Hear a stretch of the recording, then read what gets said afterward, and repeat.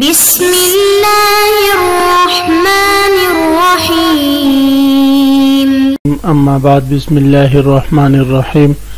عزیز طلبہ، آج ہم کنز الدقائق حصہ دوم سبق نمبر 291 شروع کر رہے ہیں۔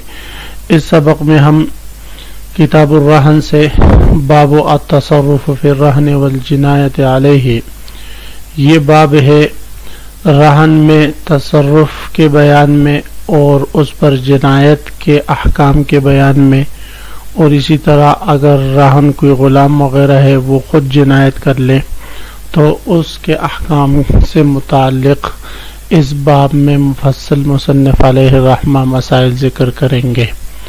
آج کے سبق کا خلاصہ یہ ہے کہ مصنف علیہ الرحمہ سب سے پہلے رہن میں تصرف سے متعلق مسائل ذکر کریں گے، التصرف فی الرہن یعنی رہن میں تصرف کے احکام، اور دوسرے نمبر پر اعتاق الرہن، رہن کو آزاد کرنا۔ اگر مرہونہ چیز غلام ہو اس کو آزاد کر لے تو اس سے عقد رہن پر کیا اثر پڑے گا، اس سے متعلق مصنف علیہ الرحمہ ذکر کریں گے۔ اس کے بعد پھر اتلاف الرہن، رہن کو ہلاک کرنا، راہن اس کو ہلاک کرتا ہے یا مرتہن، تو اس سے متعلق مسائل ذکر ہوں گے۔ اور آخر میں انشاءاللہ آج کے سبق میں ہم اعارۃ الرہن، رہن کو عاریت پر دینے یا لینے سے متعلق مسائل مصنف علیہ الرحمہ ذکر کریں گے۔ تو عزیز طلبہ آتے ہیں کتاب کی طرف۔ سب سے پہلے ہم عبارت پڑھتے ہیں، باب التصرف فی الرہن والجنایت علیہ وجنایتہ علی غیرہ، توقف بیع الراہن علی اجازت مرتہنہ او قضاء دینہ ونفذ عتقہ وطولب بدینہ لو حالا ولو مؤجلا اخذ منہ قیمت العبد وجعلت رہنا مکانہ ولو معسرا سعى العبد في الأقل من قيمته ومن الدين ويرجع به على سيده، وإتلاف الراهن كإعتاقه وإن أتلفه أجنبي فالمرتهن يضمن قيمته فتكون رهنا عنده وخرج من زمانه بإعارته من راهنه، فلو هلك في يد الراهن يهلك مجانا وبرجوعه عاد زمانه، ولو أعاره أحدهما أجنبيا بإذن الآخر سقط الضمان ولكل أن يرده رهنا۔ یہ باب ہے رہن میں تصرف کرنے کے احکام سے متعلق، والجنایت علیہ، رہن پر جنایت کرنے کے احکام سے متعلق، وجنایتہ علی غیرہ، اور شے مرہونہ کا غیر پر جنایت کرنے کے احکام سے متعلق۔ سب سے پہلا مسئلہ مصنف علیہ الرحمہ یہ ذکر فرما رہے ہیں کہ توقف بیع الراہن علی اجازت مرتہنہ، راہن نے اگر شے مرہونہ میں تصرف کیا، مثلا اس شے مرہونہ کو بیچ دیا، تو اس کی یہ بے موقوف رہے گی۔ یاد رکھیں عزیز طلبہ کہ راہن جو راہن جو عقد رہن میں راہن جو شعاریت میں تصرف کرتا ہے تو اس کی تصرف دو قسم پر ہے۔ ایک وہ تصرف ہے جو فسخ کا احتمال رکھتے ہوں، دوسرے قسم کے وہ تصرفات ہیں جو فسخ کا احتمال نہیں رکھتے۔ مثلا بے ہے، یہ فسخ کا احتمال رکھتا ہے، عتق ہے، یہ فسخ کا احتمال نہیں رکھتا۔ مصنف علیہ الرحمہ اس پہلے قسم کے تصرف کا ذکر فرما کر پھر دوسرے قسم کے تصرف کا ذکر فرمائیں گے۔ تو فرماتے ہیں کہ اگر راہن نے مرتہن کی اجازت کے بغیر شے مرہونہ کو فروخت کر دیا، بیچ دیا، تو یہ بے موقوف رہے گی۔ کیوں بھئی؟ اس لیے کہ مرہون چیز کی مالیت کے ساتھ مرتہن کا حق متعلق ہے، لہذا مرتہن کی اجازت کے بغیر یہ بے نافذ ہرگز نہیں ہو سکتی۔ اور اگر مرتہن نے اجازت دے دی یا راہن نے مرتہن کا دین ادا کر دیا تب جو ہے اس کی یہ بے نافذ ہو جائے گی۔ تو فرماتے ہیں توقف بیع الراہن، راہن کی بے موقوف رہے گی، علی اجازت مرتہنہ، اپنے مرتہن کی اجازت پر، او قضاء دینہ، یا مرتہن کے دین کی ادائیگی پر۔ مرتہن نے اجازت دے دی یا مرتہن کا دین اس نے ادا کر دیا تو اس کی بے نافذ ہو جائے گی۔ ونفذ عتقہ، اور مرتہن نے اگر شے مرہون غلام ہو اس کو آزاد کر دیا تو اس کی یہ آزاد کرنے سے آزادی نافذ ہو جائے گی. کیوں بھی؟ اس لیے کہ راہن عاقل بالغ اور احکام شرعیہ کا مکلف آدمی ہے، لہذا اس کا کوئی تصرف لغو نہ ہوگا. باقی بے جائز نہیں تو عتق جائز ہے. تو بے اس لیے جائز نہیں تھی کہ مرہون چیز پر راہن کا قبضہ نہیں تھا، حالانکہ بے میں مبی پر بائع کا قبضہ ضروری ہوتا ہے تاکہ تسلیم ممکن ہو، اور آزاد کرنے میں چونکہ تسلیم کی ضرورت نہیں نہ قبضہ کی ضرورت ہے، تو اس لیے عتق جو ہے وہ نافذ ہو جاتی ہے لیکن بے نافذ نہیں ہوگی بلکہ موقوف رہے گی. تو یہی فرما رہے وَنَفَذَ عِتْقُهُ، اور راہن نے اگر شے مرہون غلام ہو اس کو آزاد کر دیا تو اس کا عتق یہ نافذ ہو جائے گا. اب بھئی اس غلام سے تو مرتہن کا حق متعلق تھا، تو اب اس حق کی وجہ سے نافذ نہیں ہونا چاہیے. فرماتے نافذ ہو جائے گا عتق، البتہ اب جو اس کا دین ہے مرتہن کا راہن پر، تو اس دین کا مطالبہ جو ہے وہ راہن سے کیا جائے گا، اور اگر وہ حالی ہے فی الفور ادا کرنے تو فی الفور اس دین کا ادائیگی کا مطالبہ کیا جائے گا راہن سے، اور اگر وہ حالی نہیں بلکہ مؤجل ہے تو پھر اسے کہا جائے گا کہ اس غلام کی جو قیمت آپ نے وصول کی ہے وہ قیمت مرتہن کے حوالے کر دے تاکہ وہ اپنے پاس بطور رہن کے اس کو رکھ سکے. اور طولبہ، اور اس راہن سے مطالبہ کیا جائے گا بدین ہی مرتہن کے دین کا، لو حالاً اگر وہ دین حالی ہو فوری ادائیگی اس کی ضروری ہو، ولو مؤجلاً اگر حالی نہ ہو بلکہ مؤجل ہو فوری ادائیگی اس کی ضروری نہ ہو.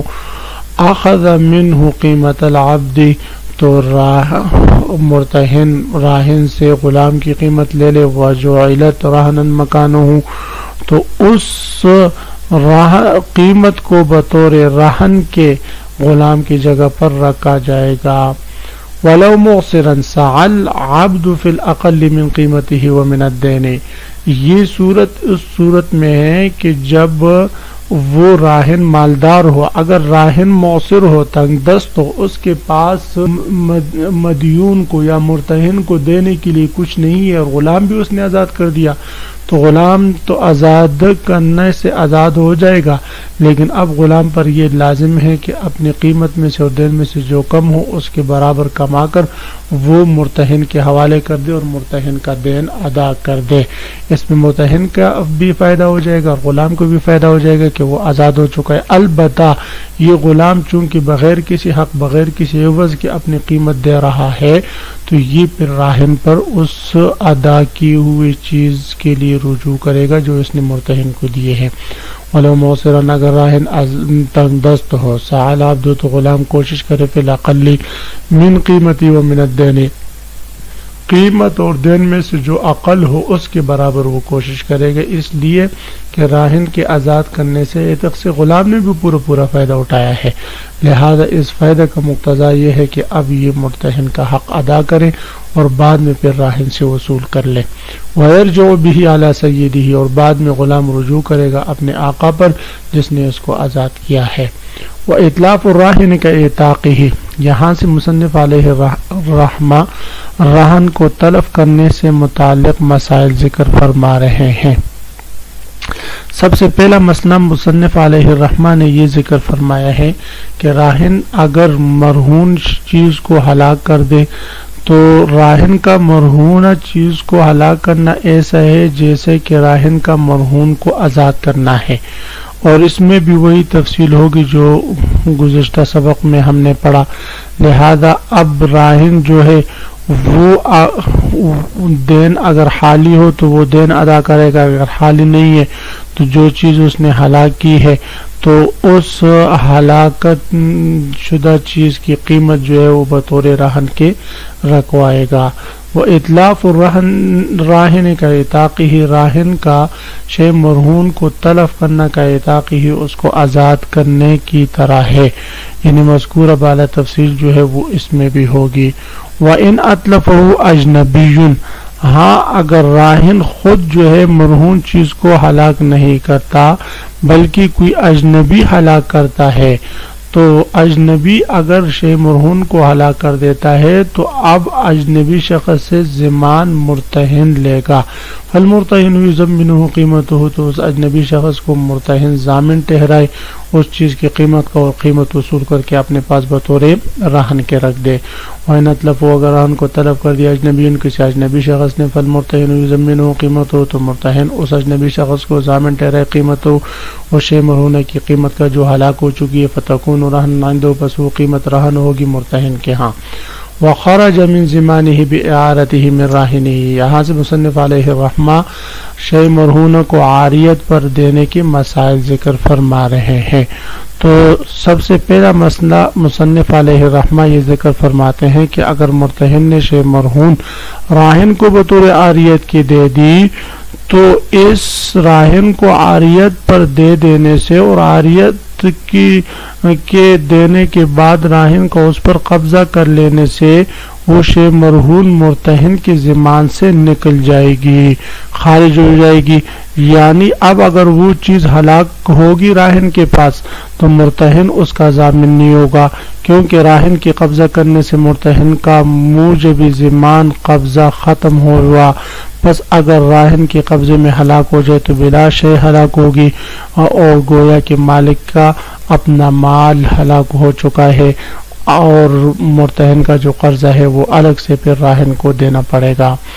فرماتے وخرج من ضمانہ، اور اگر مرتہن نے راہن کو وہ چیز عاریت پر دے دی تو اس دے دینے سے خرج من ضمانہ، وہ مرتہن کے ضمان سے وہ چیز نکل جائے گی.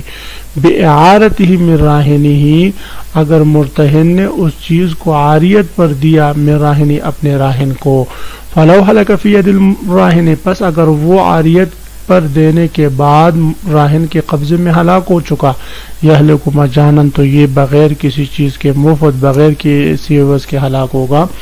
وبرجوعہ عاد ضمانہ، اگر ہلاک نہیں ہوا اور ہلاک ہونے سے پہلے راہن نے وہ چیز واپس مرتہن کو دے دی، مثلا گاڑی بطور رہن کے رکھوائی تھی، راہن نے فون کیا مرتہن کو بھی مجھے گاڑی چاہیے، یہاں سے ایبٹ آباد جانا ہے، اس نے کہا ٹھیک ہے بھی آ کر لے جاؤ، وہ لے کر گیا، راستے میں ایکسیڈنٹ ہو گیا تو اب اس کا ضمان مرتہن پر نہیں آئے گا بلکہ راہن ہی پر آئے گا. راہن کی اپنی چیز سے ہلاک ہو گئی، لہذا اب مرتہن کا جو قرض ہے وہ دینا ہوگا. لیکن اگر اس نے گاڑی لا کر دوبارہ مرتہن کے گیرج میں کھڑی کر دی، چابی اس کو پکڑوا دی تو عاد ضمانہ، تو اب یہ مرتہن کے ضمان میں واپس لوٹ جائے گی. وہ بھی رجوعہ، اور واپس لوٹانے سے عاد ضمانہ، تو دوبارہ ضمان لوٹ جائے گا.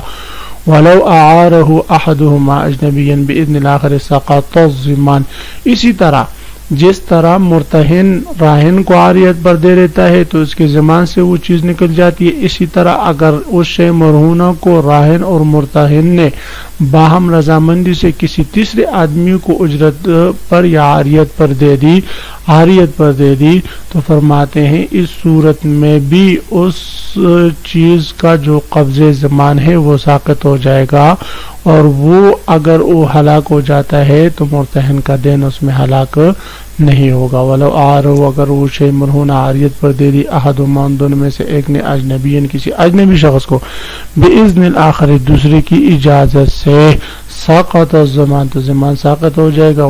ولکل ان یردہ رہنا، اور یہاں پر اب جس نے راہن پر دیا ہے چاہے وہ راہن ہو یا مرتہن ہو، اجنبی شخص کو جس نے دیا ہے، ان میں سے ہر ایک کو یہ اختیار ہے کہ مستعیر سے وہ مستعار چیز واپس لے کر بدستور رہن رکھ دے.